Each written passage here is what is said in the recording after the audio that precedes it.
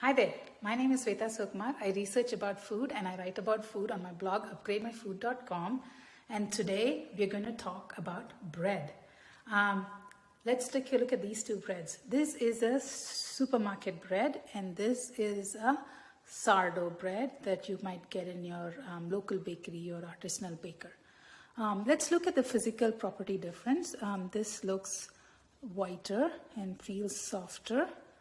And if you look at the way it's fermented, this has a lot of bubbles that are spread throughout the bread.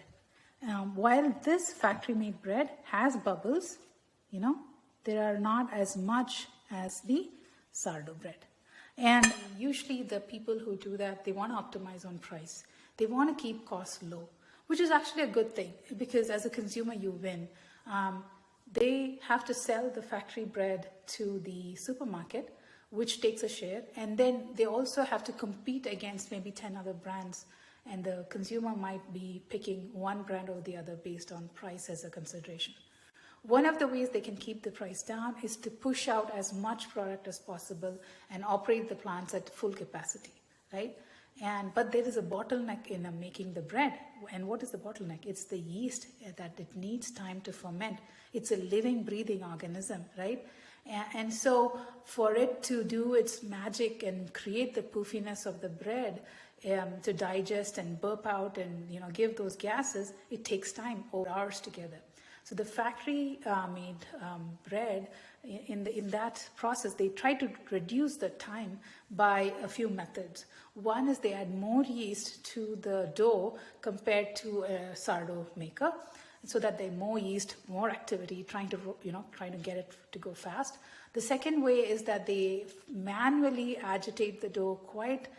Creates a lot of try to traps air bubbles. And then the third way is they add something called the dough conditioners. So if you turn your sandwich packet around and look at the labels, you might find names like ascorbic acid, DATEM, potassium bromate or L-cysteine listed in the ingredients, and they will come under dough conditioners. The second thing that the factory bread they want to optimize on is to make it last as long as possible. And one of the ways they do that is by adding preservatives like a mold inhibitor. The most common one is calcium propionate or propionic acid. You will find that as well. And the other thing that they usually try to do is to make it soft, because you feel in your mind you equate softness to freshness. And they achieve that by adding emulsifiers. And so commonly used emulsifiers that you might find on the back of your packet are Sodum Stearoyl Lactylate or mono and diglycerides of fatty acids. And those are added to the dough to keep the bread soft. Now, if you say you want to optimize on keeping your ingredient list low and having as minimal and as clean ingredients as possible, you might want to try and find a sourdough maker in your area. And for the sourdough, to make your sourdough bread, you only need 3 ingredients: flour, water, and salt, right? And they might add other flavors as well, but at the basic level, you only need 3. And you was wondering, where is the yeast, Sweta, right? Like, what happened to the leavening agent? But you see, they use the flour and the water and they mix it together to create something called the starter culture. And the starter culture is nothing but, if you think about idli batter, the urad dal, when you soak it in water, the bubbles start up here, you grind it, the dough just attracts the microorganisms from the air and just, creates that bubbly idli batter.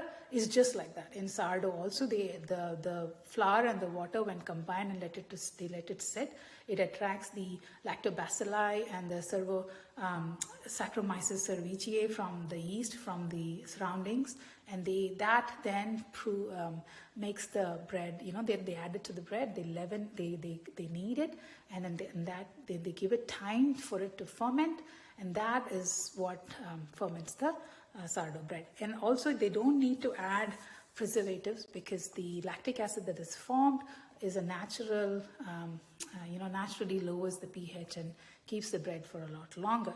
Now, this will not be quite as soft as the factory-made bread, but that's not a property that they aspire for. So these are the 2 ways you can look at bread selection, and hope this video was useful to you to make conscious choices on whatever you want to optimize on, whether it's cost or clean label ingredients. Thank you.